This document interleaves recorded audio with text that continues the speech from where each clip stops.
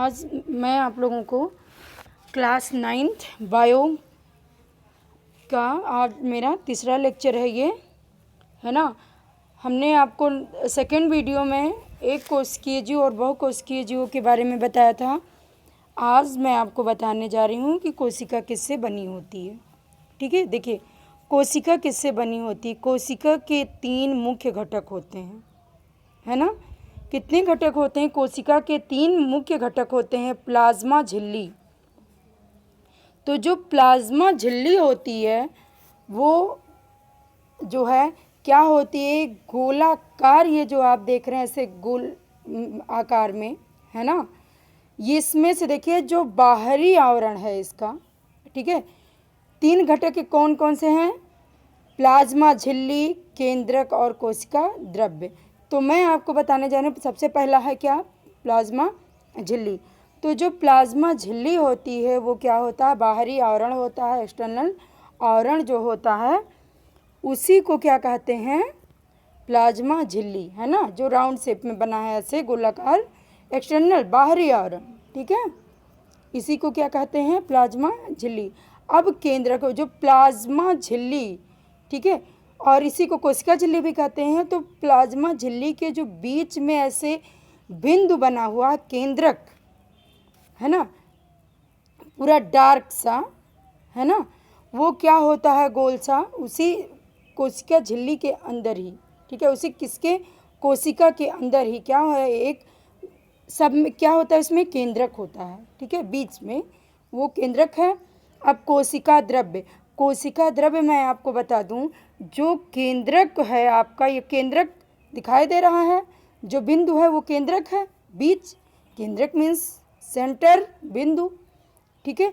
अब केंद्रक के जो किनारे किनारे से ऐसे वाइट वाइट लाइनिंग है, उस लाइनिंग में मैं आपको बता दूं ऐसे लिक्विड की तरह से द्रव्य भरे होते हैं, है ना, उसी को क्या कहते हैं? कोशिका द्रव्य। जो खाली स्थान आप यानी कि केंद्रक और कोशिका झिल्ली जो प्लाज्मा मेम्ब्रेन है ना, उसके दोनों के बीच में होता है, हाँ। और आगे देखिए प्लाज्मा झिल्ली। अब देखिए प्लाज्मा झिल्ली के बारे में कुछ जानिए, ये क्या होती है ना। अब देखिए किस तरह से इसका काम क्या, देखिए यह पहला पॉइंट है, फर्स्ट पॉइंट है, या प्रत्येक कोशिका को दूसरी कोशिका से अलग करती है ना।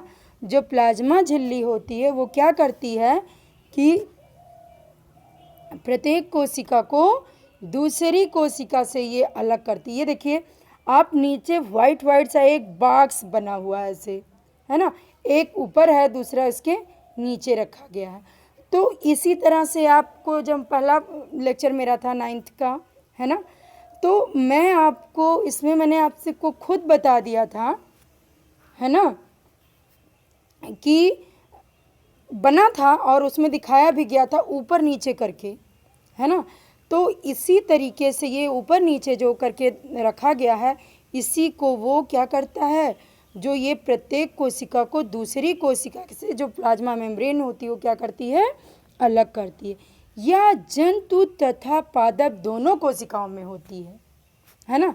यानी कि ऐसा नहीं है कि इसमें देखिए ये जंतु तथा पादप, ये नहीं कि सिंगल खाली या जंतु में हो गए, एनिमल सेल में हो या ओनली प्लांट सेल, नहीं, ये जंतु और पादप दोनों कोशिकाओं में होती है। प्लाज्मा मेम्ब्रेन जो होती है दोनों में पाई जाती है ना।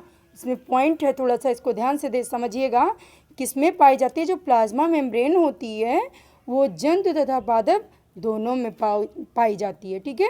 ये प्रोटीन व लिपिड से बनी होती है ना।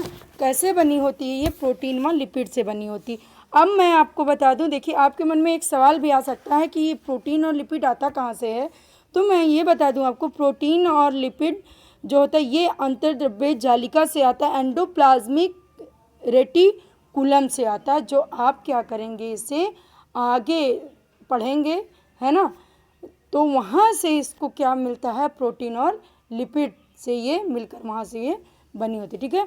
और यह वर्णात्मक पारिगम्य होती है ना। क्या होती है? वर्णात्मक पारिगम्य होती है।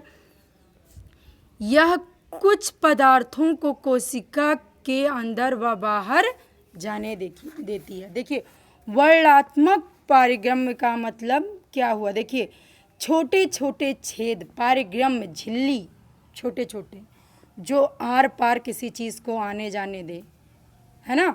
जो अब इसमें मैं आपको बता दूं, जो प्लाज्मा मेम्ब्रेन है, बाहरी आवरण है, ठीक है, कोशिका झिल्ली है, उसी में क्या होता है, ऐसे छोटे छोटे छेद होंगे, होल्स होंगे, ठीक है। तो उनमें से ये क्या करेगा कि कुछ पदार्थों को कोशिका के अंदर, कुछ पदार्थों को क्या करेगी, अंदर आने देती है, और कुछ को भाई ज़रूरत जैसा हो, उसको महसूस जो कर रहे हो उसी हिसाब से वो क्या करती है, उसको बाहर वो जाने भी देती है, ठीक है। और ये क्या होती है, लचीली होती है, यानी कि लचीली मुड़ी हुई होती है, ठीक है। बस आज के लेक्चर में इतना ही। आप लोग सिर्फ ध्यान से इसको समझिएगा और नोट्स भी ध्यान से लिखते रहिएगा।